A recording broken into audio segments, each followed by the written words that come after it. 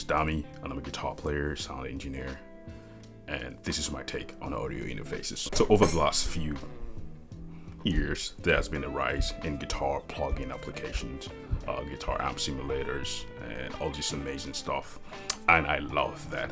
And in the last 4 to 5 years, I have not plugged my effect into my computer and recorded. That have I played through a real amp in the last 4 or 5 years. The reason for that being the rise of the plugin market. There are so many options. There are paid ones, there are free ones, there are amazing ones. They are everywhere, and no matter what your budget is, you will always find something. There are some that come standard with your DAWs. Logic, for example, I'm a Logic user. I've actually made a video that I tried some of them, and some of them actually sound pretty decent for no additional dollars. I think they're a good bang for the buck. Free 99. I mean, the program itself is not free, but I'm saying you just get that plus other stuff within the platform, which is kind of good. So in that video, there is this big question. So how do I get my guitar into my computer in the first place? Because this is really important part. Now you just getting a direct signal from your computer, from your guitar to your computer. The middleman, which is your audio interface, has to be able to interpret your sound properly. And in my case, since 2013, I've been using this. Since 2013 or 14, I'm not really sure, but when I started recording the guitar, this was all I had. It's the Scarlett 2i2. Everybody owns one of these. They are built like a tank. Like I said, I've had these for years, and it's been reliable. It sounds great. It has little or no coloring to my guitar sounds. The preamp sounds clean and low noise. It's great. It's cheap. You could pick these up for less than $100. Even as at that time, and even now, it's even cheaper. You could be lucky and see it for like $50 or something on Facebook Marketplace. So if you look around or you shop around, you can find a good deal on this one. So the audio interface takes that signal from your guitar. Guitar is an electric instrument that just sends low output from the pickups to your 1/4-inch cables, sends that to your audio interface, and this takes this and converts it to a digital signal and send that to your DAW, which then get captured and recorded. Now that I'm done with the nerdy stuff, let's get into why it matters what audio interface you use. Like I mentioned, I've been using this for years. Sometimes I still throw this in my bag when I'm traveling, and I still use it up till now, even though I have an MT48, the industry standard now, which will cost you close to $2,000 or a little bit over, depending on where you're buying this from. It's close to $2,000, and I still find myself using this with no complaint. So do you really need a high-end one, or do you need a low-end one? What do you look for when you're looking for an audio interface? So one of the things that I've learned so far in the last couple of years, number one, the converters do matter.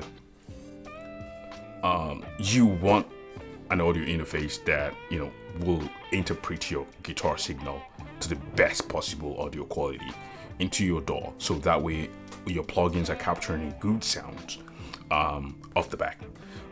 This does a good job with that, but I've used the Evo line from Audient, and again, this is not a sponsored video, but I've gotten better guitar tones with this.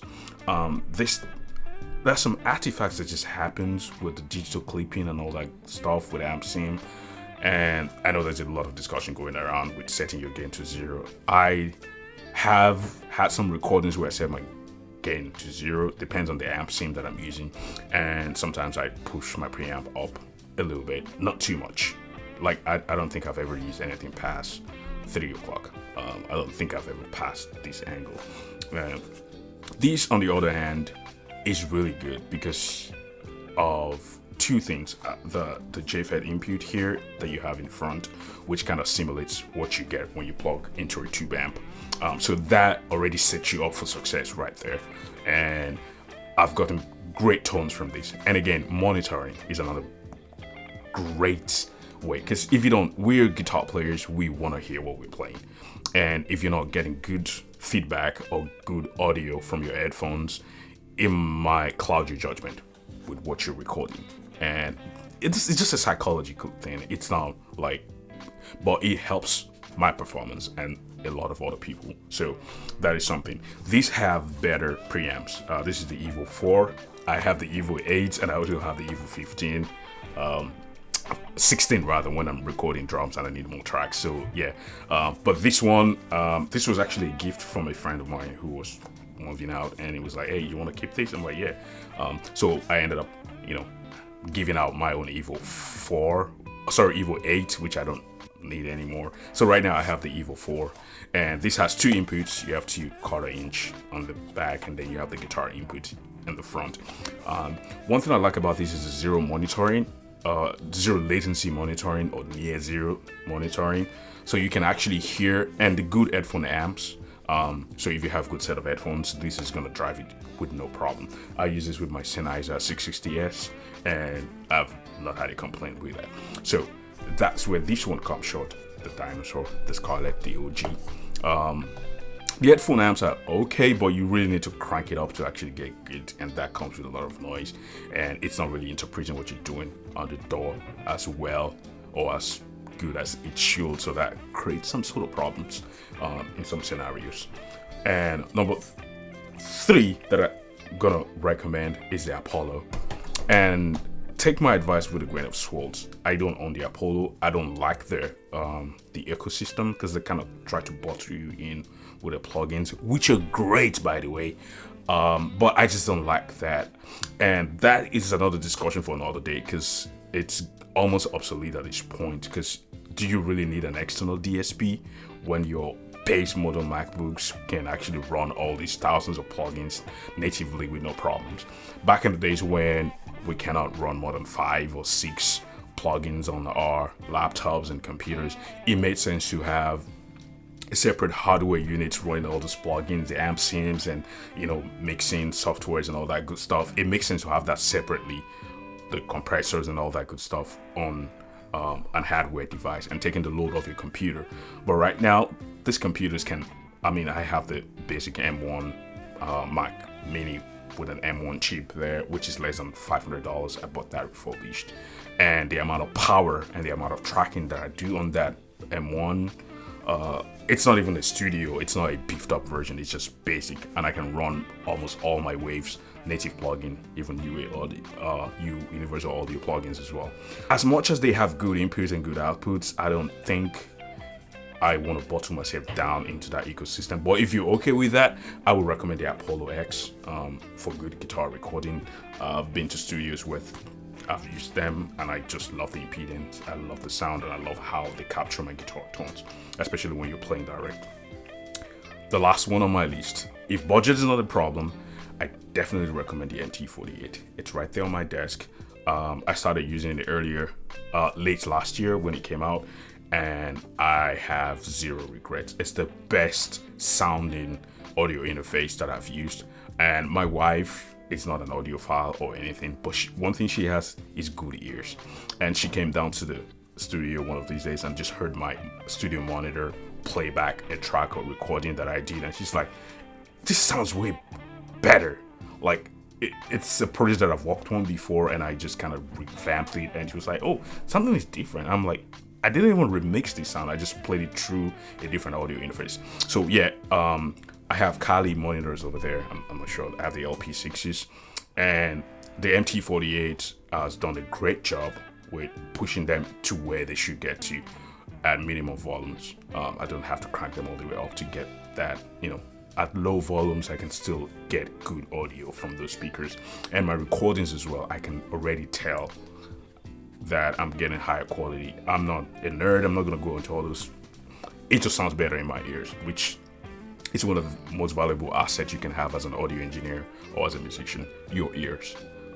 As much as our eyes can deceive us, your ears don't. So if you want to play back guitar with different audio interface, if you budget is not a problem, you want to try these out, and you just play back A, B, C, which I've done. I've recorded with all these audio interfaces, and I'm not sure if I'll have files after the video. I'm not sure how my edit. I get lazy with editing, guys.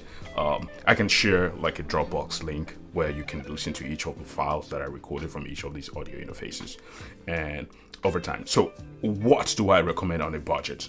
I also recommend the Audience products, either the EV8, EV4, or Evo 16, whichever one you, depending on you.